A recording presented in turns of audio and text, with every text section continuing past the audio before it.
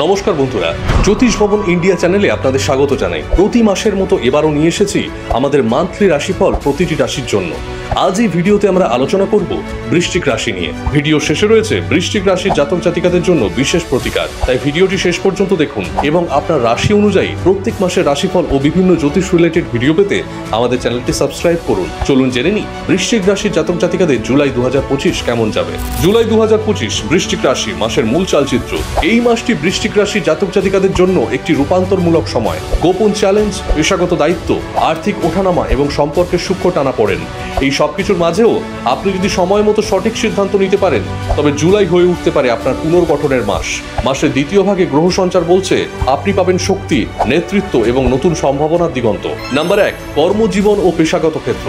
বৃহস্পতি অষ্টম ঘরে অর্থাৎ মিথুনে অবস্থান করছে, যা গোপন চুক্তি, হঠাৎ পরিবর্তন এবং অপ্রত্যাশিত দায়িত্বের ইঙ্গিত দেয়। মাসের প্রথম ভাগে মঙ্গল নবম ঘরে অর্থাৎ কর্কটে থাকায় উচ্চ পদস্থদের সঙ্গে দূরত্ব তৈরি হতে পারে, বিশেষত যারা সরকারি চাকরিতে আছেন তাদের জন্য। 20 জুলাইয়ের পর মঙ্গল দশম ঘরে প্রবেশ করলে কর্মক্ষেত্রে সাফল্য, নেতৃত্ব ও পদোন্নতির প্রবল যোগ তৈরি হবে।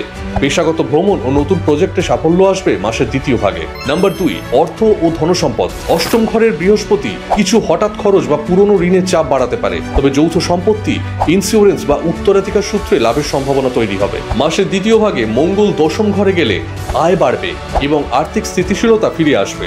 27 জুলাই অমাবস্যার সময় ঝুঁকিপূর্ণ বিনিয়োগ বা পারিবারিক সম্পত্তি নিয়ে বড় সিদ্ধান্ত এড়িয়ে চলাই ভালো, বিশেষত ব্যবসায়িক চুক্তিতে সতর্কতা প্রয়োজন। নাম্বার 3, সম্পর্ক, পারিবারিক জীবন। শুক্র নবম ঘরে অর্থাৎ কর্কটে থাকায় পরিবারের শুভ ঘটনা বা ভ্রমণের যোগ আছে। দীর্ঘদিনের মান অভিমান মিটে যেতে পারে। 22 জুলাইয়ের পর শুক্র দশম ঘরে গেলে পরিবারের মান সম্মান বৃদ্ধি পাবে এবং আপনার কর্তৃত্ব মেনে নেওয়া শুরু হবে। যারা প্রেমে আছেন তাদের জন্য মাসটি স্থিতিশীল হলেও কিছুটা মানসিক দূরত্ব টানতে পারে। সন্তান বা পিতার সঙ্গে সম্পর্কের ক্ষেত্রে সময় দিন ও শ্রদ্ধা বজায় রাখুন। নাম্বার 4, শিক্ষা ও মেধা।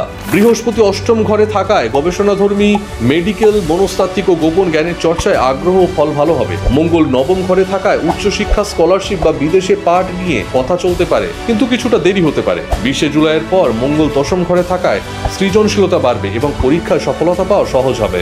9 জুলাই গুরু পূর্ণিমাতে গুরু বা মেন্টরের পরামর্শে শিক্ষা জীবনে ইতিবাচক মোড় আনবে। নাম্বার 5, স্বাস্থ্য, মানসিক অবস্থা।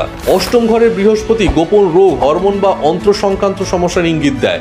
নিয়মিত স্বাস্থ্য পরীক্ষা দরকার। মাসের প্রথম ভাগে মঙ্গল নবম ঘরে থাকায় জয়েন্টে ব্যথা বা কোমরে টান দেখা দিতে পারে। 20 জুলাইয়ের পর শারীরিক শক্তি বাড়বে, কিন্তু রাগ নিয়ন্ত্রণ জরুরি, তা না হলে রক্তচাপ বা ইনজুরি ঘটতে পারে। 27 জুলাই অমাবস্যায় শিব পুজো বা কালী মন্দিরে প্রদীপ দান করলে মানসিক ভার দূর হবে। বৃশ্চিক রাশি জুলাই মাসের বিশেষ টিপস ও জ্যোতিষ প্রতিকার। প্রতিদিন সকালে ওম অং অঙ্গারকায় নমঃ মন্ত্র 11 বার জপ করুন। 9 ও 27 জুলাই দিন বিশেষ গুরুত্বপূর্ণ। কর্কশ ভাষা ও ঝগড়া এড়িয়ে চলুন। শনিবার কালী মন্দিরে প্রদীপ বা তিল দান করলে গোপন বাধা কেটে যাবে। তিক্ততা নয়, সহানুভূতি দিয়ে সম্পর্ক টিকিয়ে রাখুন। উপসংহার: জুলাই 2025 বৃশ্চিক রাশির জাতক জাতিকাদের জন্য একটি রূপান্তরমূলক সময়, যেখানে গোপন চাপ, দায়িত্ব ও অভ্যন্তরীণ দ্বন্দ্ব থেকে উত্তরণের সুযোগ রয়েছে। বুদ্ধি, ধৈর্য ও সময় উপযোগী সিদ্ধান্ত নিলে আপনি সম্পর্ক, কর্ম ও স্বাস্থ্য সব দিক সামলে নিতে পারবেন সহজেই। আপনি যদি চান এমন আরো রাশিফল, টোটকা ও জ্যোতিষ পরামর্শ পেতে, তাহলে চ্যানেলটি সাবস্ক্রাইব করতে ভুলবেন না। লাইক দিন, শেয়ার করুন এবং কমেন্টে জানান কেমন লাগলো আজকের রাশিফল। ধন্যবাদ। আবার দেখা হবে পরবর্তী রাশির ভিডিওতে। যদি আপনি কুণ্ডলী, প্রেম জীবন, বিবাহ, কেরিয়ার, ব্যবসা বা সন্তানের সমস্যা সমাধান খুঁজছেন, তাহলে আজই যোগাযোগ করুন জ্যোতিষ ভবন ইন্ডিয়ার অভিজ্ঞ জ্যোতিষীদের সঙ্গে। বিস্তারিত তথ্যের জন্য নিচে দেওয়া যোগাযোগ নম্বরে কল করুন অথবা হোয়াটসঅ্যাপ করুন।